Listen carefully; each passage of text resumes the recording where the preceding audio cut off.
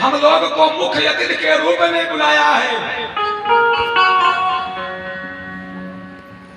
कहा कृष्ण ने अरे बसन कछु दे जय पुण्य काज तुम कछु कर ले जय। बसन कछु दे जय पूरे काज तुम कछु लीजिए।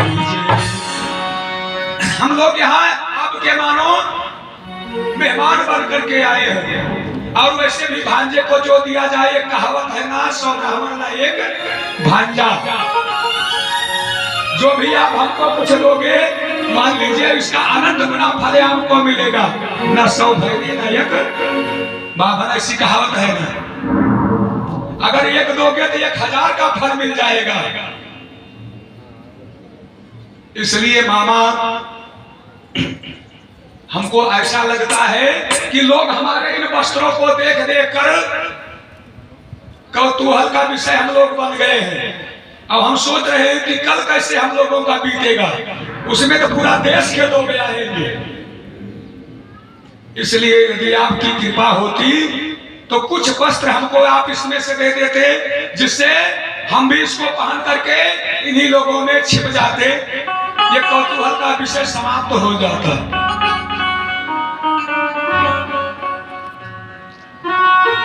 अगर तुम्हारी इच्छा ही हो, ऐसे ना देना चाहो तो जो कहो किराए में माखन मिश्री जो है बड़ा दुर्लभ है, यहाँ मथुरा में देखे नहीं होगे, हम अपने साथ लाए हैं। थोड़ा दे देंगे तो एक बार चखोगे, जीवन धन्य हो जाएगा। घी माखन मिश्री 2 दिन के लिए किराए के रूप में आपको दे देंगे, आपका भी काम बन जाएगा, हमारा भी काम बन जाएगा। क्या कहा? दुष्ट हमको लालच दिखाता है। तू जानता नहीं है कि मैं कौन हूं? मैं महाराजा कंस का धोबी हूं, और तू मुझसे जवान लड़ाता है। चल हट, दूर हट, बस तेरे लायक नहीं है।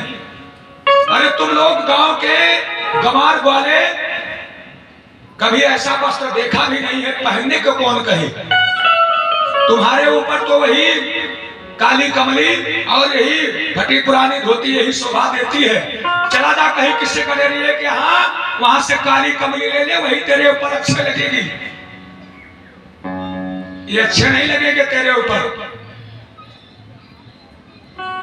ये राजा महाराजाओं के वस्त्र हैं, ये तुम जैसे गंवार वालों के लिए नहीं है, गाय चराने वालों के लिए, चरवाहों के वस्त्र नहीं है। चल हट, दूर हट। कृष्ण कन्हैया लाल कहने लगे, मामा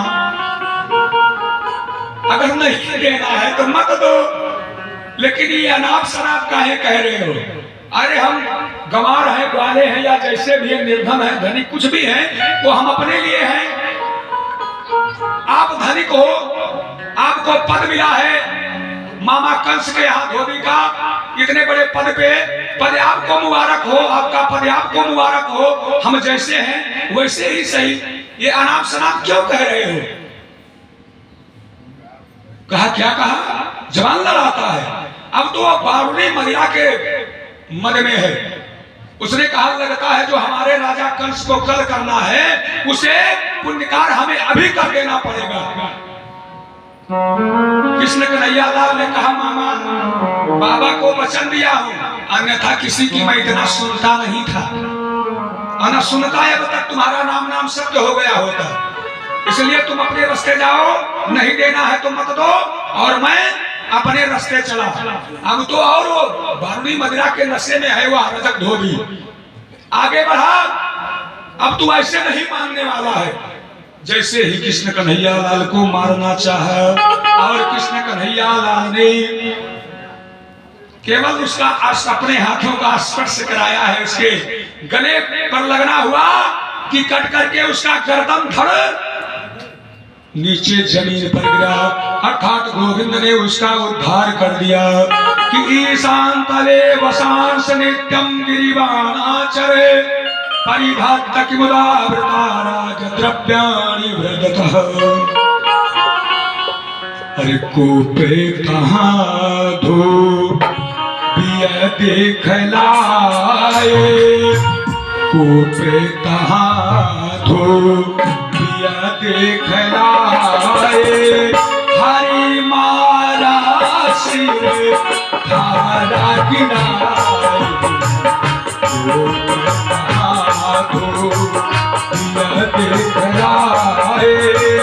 हरि मारा सिर एवं विखत्मानस्य कवितो देवकी स्तुता रजकस्य कराग्रेण शिरा कयाद पातयत। जैसे वृक्ष से पत्ता गिर जाता है टूटकर, वैसे ही कृष्ण कन्हैया लाल के केवल स्पर्श मात्र से उस रजक धोबी का सिर धड़ से कट करके नीचे गिर गया, उद्धार कर दिया गोविंद भगवान ने। बोलिए कृष्ण कन्हैया लाल की। अब क्या था, उसके जो और साथी धोबी थे उन्होंने सोचा कि कहीं हमारी तरफ निगाह पड़ गई तो फिर हम लोगों का भी यही हाल होगा। फिर गट्ठर जो सिर पे था फेंके और भगे अपनी जान को लेकर कि कौन ये बड़ा कहां से आ गई। तो लगता है साक्षात यमराज के यमराज ने काल ही है, फेंक दिया गट्ठर को वहीं। अब क्या था, सारा माल तो अब अपना ही है, कोई रोकने टोकने वाला नहीं रह गया। अब खोल लिया, पूरे गट्ठर को खोल लिया। अब कभी देखे तो है नहीं, और ना ऐसे वस्त्रों का पहनने का अनुभव है कि कैसे कौन पहना जाता है। अब जो ऊपर का है नीचे, और जो नीचे पहनने वाला है उसे ऊपर। भाई अगर वस्त्र नहीं पहने हो आप देखे नहीं, अच्छा हम देखे एक टाई लगाते तो बहुत लोगों को देखा है, लेकिन बंधवाते तीसरे से ही भैया हमारी टैया बांध लो। लगाने का शौक है, बहुत लोगों को देखे हैं, लगाते को तो लगाने का शौक है, लगाते हैं, लेकिन बंधवाने का ज्ञान नहीं है। बंधवाते दूसरे से भैया हमारी टाई बांध दो। बहुत लोगों से हमने कहा कि फांसी काहे लगा रहे हो, जब तुमको आता ही नहीं है, खुल जाएगी तो कौन बार बार तुम्हारा सही करेगा। और जब ऐसे वस्त्र देखे ही नहीं है तो जो ऊपर का है वो नीचे, जो नीचे का है उससे ऊपर, अर्थात अनाम शनाप वस्त्र पहनते हैं। और पहन करके सारे बलदाऊ भैया कृष्ण कन्हैया लाल उनके साथी लोग आगे को बढ़ते हैं। अब जो नहीं देख रहा था अब और देख करके अब और हंस भी रहा है, कौतूहल के और विषय में। अब मन में विचार आता है, अब काहे को लोग हंस रहे हैं हमको देखकर। अब तो हम ये सोचते थे कि इन वस्त्रों को देख करके, धोती कुर्ते को देख करके ये शहर वाले हंस रहे हैं, लेकिन अब वस्त्र भी इनकी तरह से पहन लिए हैं ये शहर वाला, फिर ये लोग काहे को हंस रहे हैं, कुछ समझ नहीं पा रहे हैं। और आगे बढ़ते जाते हैं। आगे जब बढ़े तो आगे यह कैदर जियता बयायो, आगे यह कैदर जियता बयायो। उसने ये सब के पसंद बनायो,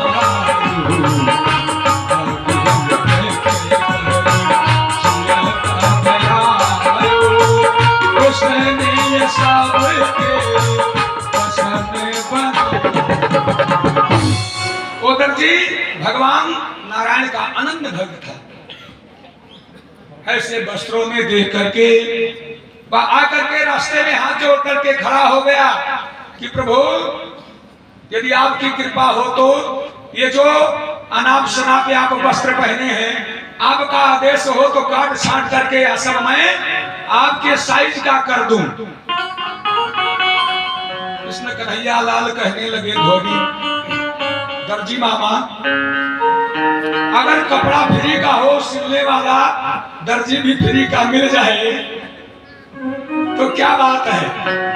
कपड़ा अगर कहीं फ्री में तो कपड़ा जितने का कपड़ा होता है उससे ज्यादा तो सिलाई ही लग जाती है। अब कपड़ा कहीं फ्री का मिल जाए दान का, और सिलने वाला भी कोई दान में सिल दे तो क्या बात है। कहा ये परोपकार पूछ के काहे कर रहे हो भैया, जितनी जल्दी हो सके उतनी जल्दी करो। उस दर्जी ने कृष्ण कन्हैया लाल के वस्त्रों के सुसज्जित ढंग से सिल करके पहना दिया है। भगवान कृष्ण कन्हैया लाल उसको आशीर्वाद देते हैं कि तस्य प्रसन्नो भगवान प्रसादात स्वरूपा महाकान ममात्मनः औश्रियमना परयः लोके बैले श्रिय स्मरते कि तुम्हारी स्मृति, तुम्हारा परिवार और कलयुग में जितने का वस्त्र नहीं होगा उससे 2 गुना सिलाई तुम प्राप्त करोगे। आने वाला जो हमारे इस द्वापर के बाद कलयुग होगा, हमेशा तुम अपने परिवार के साथ सुखी रहो। जीवन भरे परिवार समेता सुखी रहो।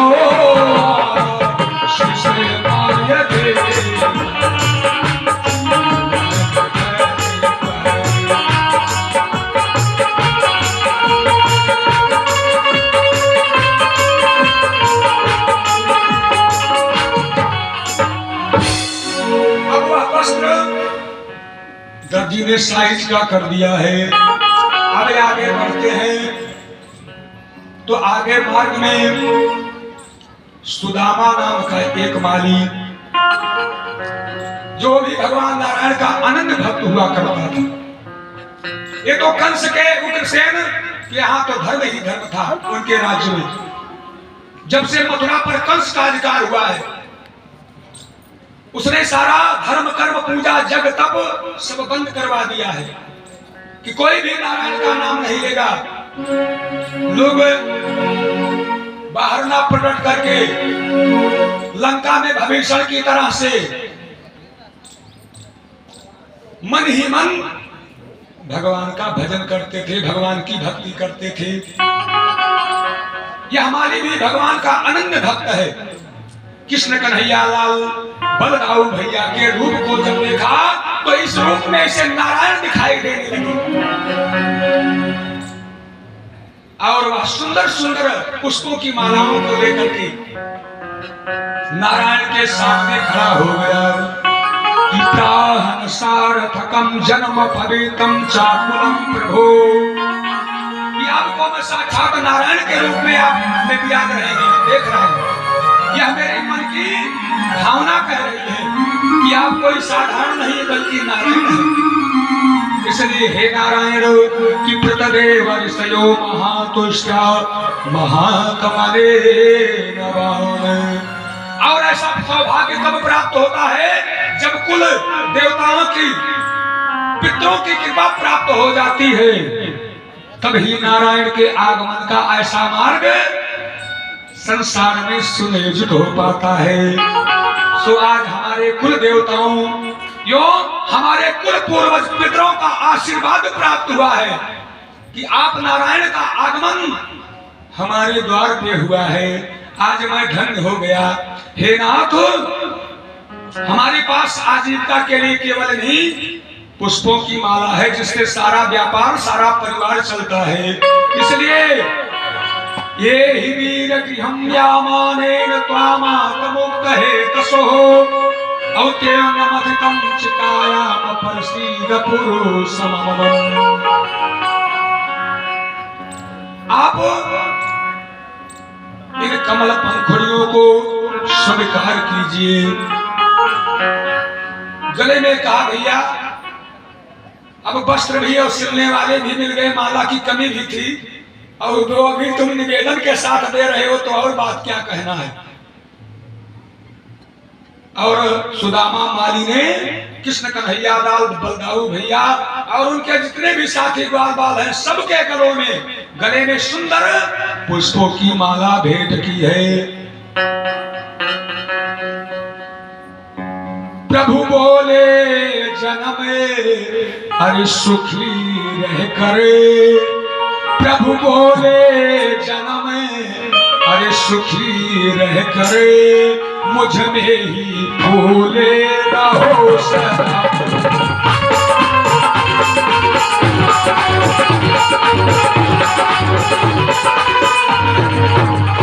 बोले जन्म सुखी रह करे मुझ में ही भूले रहो सदा। आशीर्वाद दिया है कि जैसे तुमने मुझे इन फूलों की माला को अर्पण किया है ऐसे जीवन में फूलते फलते रहो। और आज के बाद मैं तुम्हारे घर का जैसा भी होगा वह सब फूल माला स्वीकार करूंगा, चाहे वो ताजा होगा चाहे बासी होगा। आप अगर सुबह फूल को तोड़ते हैं, वृक्ष से डाली से तोड़ते हैं, तो शाम रात्रि पर्यंत वह निर्माल हो जाते हैं। दूसरे दिन चढ़ाने के लिए वो काम लायक नहीं रह जाते हैं, आप उसे नहीं चढ़ा सकते। भले ही चाहे वो गेंदा का कुम्भलाने वाले पुष्प क्यों ना हो, कमल का पुष्प है, गेंदा का पुष्प है, गुलाब का पुष्प है, इसको एक दिन तोड़ लो तो कई कई दिनों तक इस्तेमाल किया जा सकता है।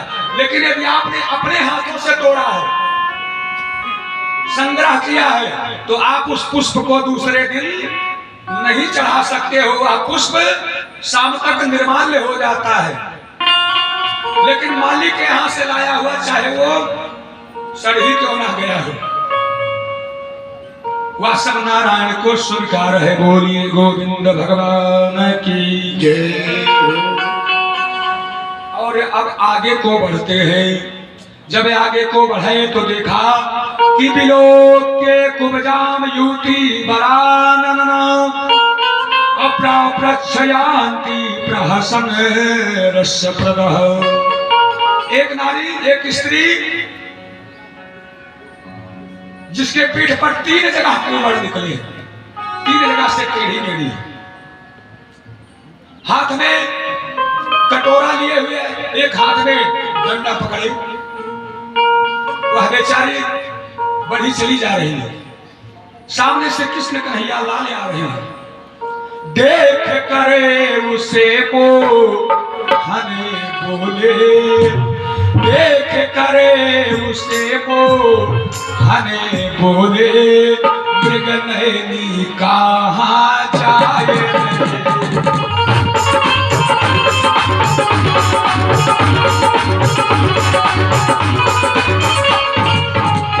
देख कर उसे मोहन बोले, हे मृग नैनी कहाँ जाए रही, सुख दैनी कहाँ अरे जाए रहे, सुख दैनी कहाँ जाए रहे, पिक बैनी कहाँ जाए रहे।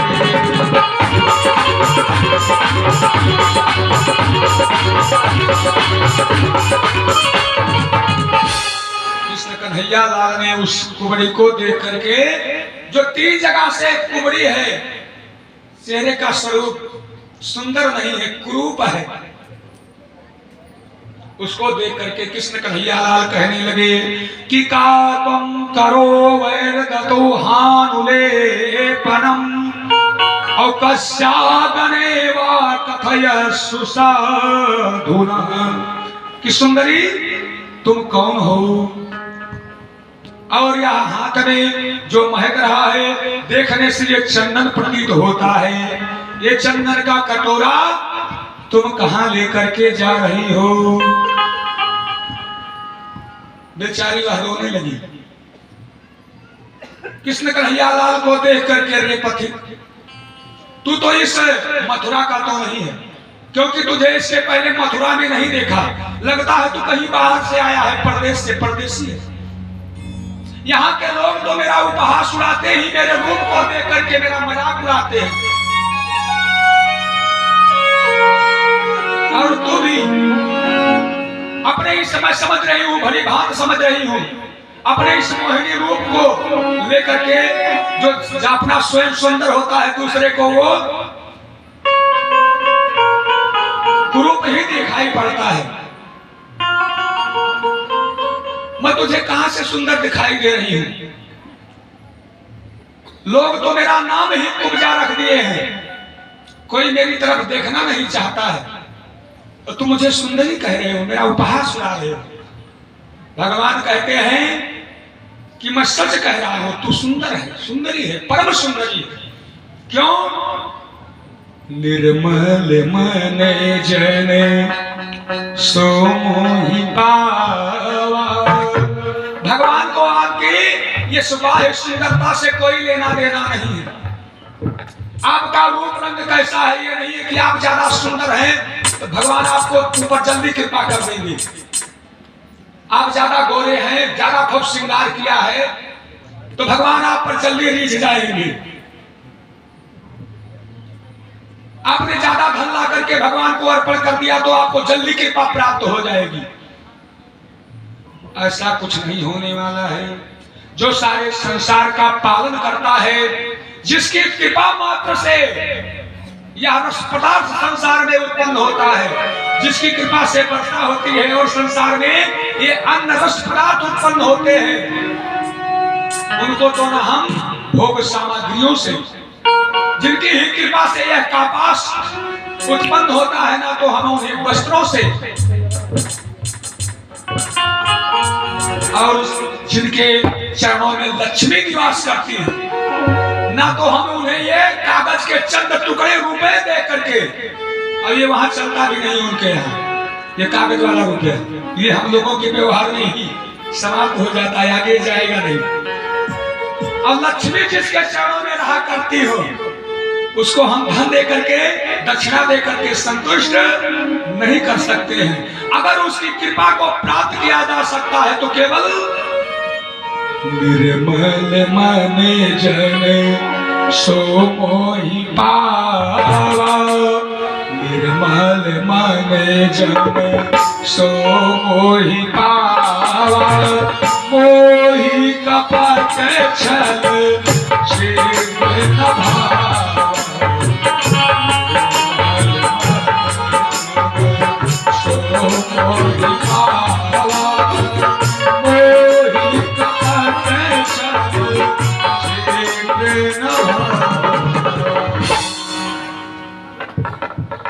भगवान कहते हैं कि मैं तुम्हारा मन देख रहा हूं। कई बार हमने उदाहरण दिया है कि डिजिटल कैमरा का काम है कि आपके रूप रंग का फोटो लेना, और एक्सरे कैमरा का काम है कि आपके हड्डी के फोटो का फोटो लेना। और भगवान का जो कैमरा है वो केवल आपके ना रूप रंग का फोटो लेता है, आपके हड्डी का फोटो लेता है, ना तो आपके धन धान्य का वो फोटो लेता है कि आप कैसे हैं।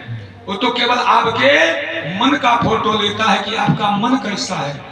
और निर्मल मन वाले ही, जिनके अंदर छल कपट है, वो भगवान को नहीं प्राप्त करते हैं।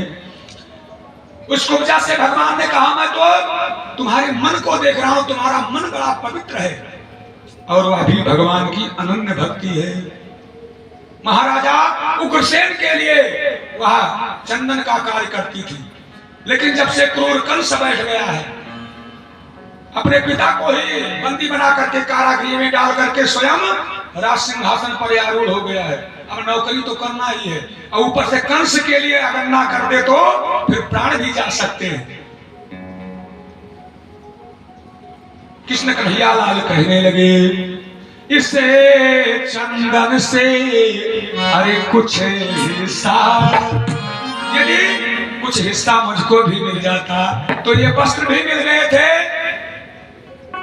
सीने वाले दर्जी भी, मामा भी फ्री में सी दिए हैं। ये गले में भी माली मामा ने माला पहना दिया है, केवल परफ्यूम की आवश्यकता है, सेंट की। अब अगर वो आपकी कृपा हो जाती, चंदन भी और परफ्यूम मिल जाता तो हमारी स्वभाव भी बन जाती।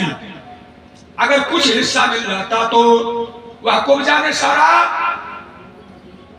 पूरा कटोरे का चंदन ही अर्पण कर दिया, सारा परफ्यूम सेंट ही अर्पण कर दिया, वह सुगंधित वस्तु अर्पित कर दिया कि मैं तो मन से इस नारायण के चरणों की हमेशा ही अनुरागिनी रही हूँ।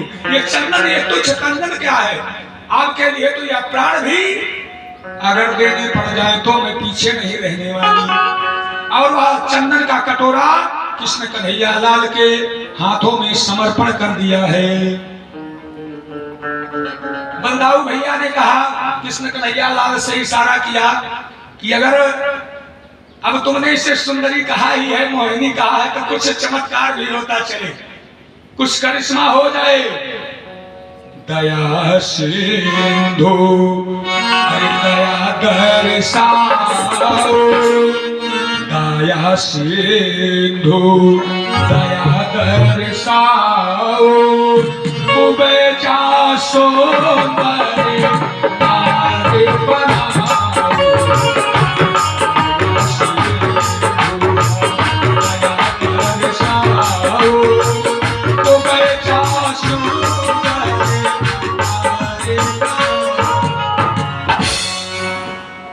कि भैया अगर कहा है तो वचन भी सत्य हो जाए।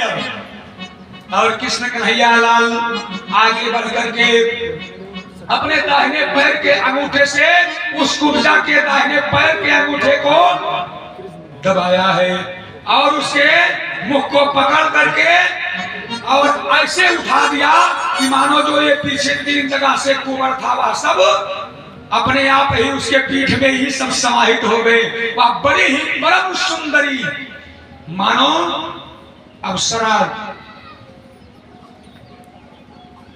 यहाँ पर प्रकट हो गई हो। और वह घूंघट का पट डालती हुई कहा, कृष्ण कन्हैया लाल का हाथ पकड़ लिया कि तुम बहुत करिश्माई छलिया हो, अब मैं तुमको छोड़ने वाली नहीं हूं। वैसे आप प्राप्त भी नहीं होते हैं, अगर प्राप्त हो गए हैं जीवन में एक बार तो फिर अब मैं आपको कभी भी अपने जीवन में छोड़ूंगी नहीं। इसलिए जैसे मेरा उद्धार किया है ऐसे चल के मेरे कुटिया को भी, मेरे गृह को पावन कर दीजिए। कृष्ण कन्हैया लाल ने कहा कि तुम्हारा यह मंतव्य मैं मामा कंस का विनाश करके जरूर पूरा करूंगा। बोले गोविंद भगवान की जय हो। अब मन में विचार आया कि कल आना ही है उद्घाटन में रंगशाले में, तो आज ही अगर पूरा रास्ता हम लोग देख लेते तो कल किसी से पूछने की आवश्यकता नहीं पड़ती, सीधे वहां शिविर से चलते और सीधे आ जाते उद्घाटन करने के लिए। 1 भी सेकंड का देर नहीं होता, नहीं तो वहां कहां से चलेंगे, रास्ता पूछते पूछते आना पड़ेगा, समय भी ज्यादा हो सकता है। इसलिए कल आना ही, चलो आज ही रास्ता देख लेते हैं।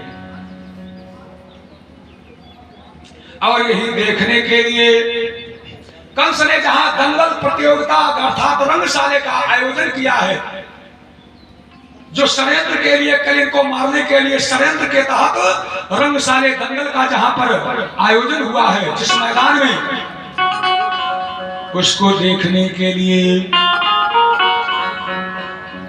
खोजते हुए उसके मुख्य रंगशाले के मुख्य गेट पर पहुंच गए। और न आओ देखा न ताओ, सिपाही लगे हुए हैं, कंस के सिपाही लगे हैं कि कोई अंदर न जाने पाए, रक्षक है द्वार पर। लेकिन ये सिपाहियों का ध्यान नहीं न देते हुए और जैसे ही प्रवेश करना चाहा वैसे सिपाहियों ने रोक लिया कि तथा पौराण पृक्षमानो धनुषाय स्थानमुच्चतः और तस्मिन् परदिष्टो दृश्यते धनुरिन्द्रमणिमाभ्य धृतम्। कि बिना कंस के, महाराज कंस के बिना आदेश के इसके अंदर अभी कोई नहीं जा सकता है। इसलिए कौन हो, कहां को अरे जाते हो। कृष्ण कन्हैया लाल बलदाऊ भैया को रोकते हुए सिपाहियों ने कहा, कहां से आए हो, कहां भगे चले जा रहे हो। ये पहले इस तरह से मथुरा में तुमको हमने उछलते कूदते नहीं देखा। कौन हो, कहां को अरे जाते हो, किस लिए यहाँ पर आए हो।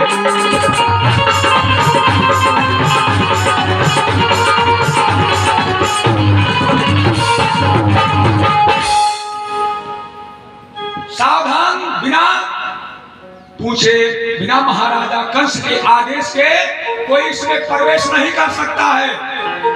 अब ऐसे ये भीड़ भाड़ बालकों की भीड़ लेकर के कहा बिना पूछे, जैसे अपने मौसा का घर समझ रखा है। ये महाराजा कंस का दंगल का आयोजन, रंगशाले का आयोजन स्थल है। बिना उनसे पूछे कोई जा नहीं सकता, बिना हमारे महाराजा की आज्ञा के कोई प्रवेश नहीं कर सकता। तब तक उनके साथी दामा ने कहा, अंधे तुझे नजर नहीं आता कि हमारे ये कृष्ण महाराज हैं, गोकुल के कृष्ण महाराज हैं। तुम्हारे महाराज ने इनको मुख्य अतिथि के रूप में बुलाया है। अगर ये साधारण होते तो इनको मुख्य अतिथि के रूप में किसको बुलाया जाता है? जिनकी थोड़ी प्रतिष्ठा हो। क्योंकि हम लोग किसी साधारण से करवाते नहीं, जबकि करवाना चाहिए साधारण से। लेकिन हम लोग भी जो ज्यादा प्रतिष्ठित है उन्हीं को आगे बढ़ाते हैं, उन्हीं से ही करवाते हैं ऐसा शुभ कार्य। जबकि जो निर्मल हो, कहा हमारे ये महाराजा कृष्ण है, अंधे तुझे दिखाई नहीं पड़ता है? अगर तेरे कंस राजा ने तुझे आदेश दिया है, तो अगर हमारे महाराजा तुझे आदेश दे रहे कि हम अंदर जाना है, तो क्यों रोक रहा है तू? चल किनारे हो जा। लेकिन सिपाही कहाँ मानने वाले थे? सिपाहियों को भी पता है कि कल का ये तुम्हारा कृष्ण है, बलदाऊ है। लगता है जो कल हमारे महाराजा को शुभ कार्य करना है, वो आज ही उनकी चिंता दूर कर देना पड़ेगा हम लोगों को। ऐसे तुम लोग नहीं मानने वाले हो। और जैसे ही सिपाही आगे कृष्ण कन्हैया लाल बलदाऊ भैया को मारने के लिए आगे झपके, कृष्ण कन्हैया लाल ने उनका काम तमाम कर दिया। अब एक दो जब गिरे तो उनको देख करके और जो थे सोचे, अगर हमारी तरफ निगाह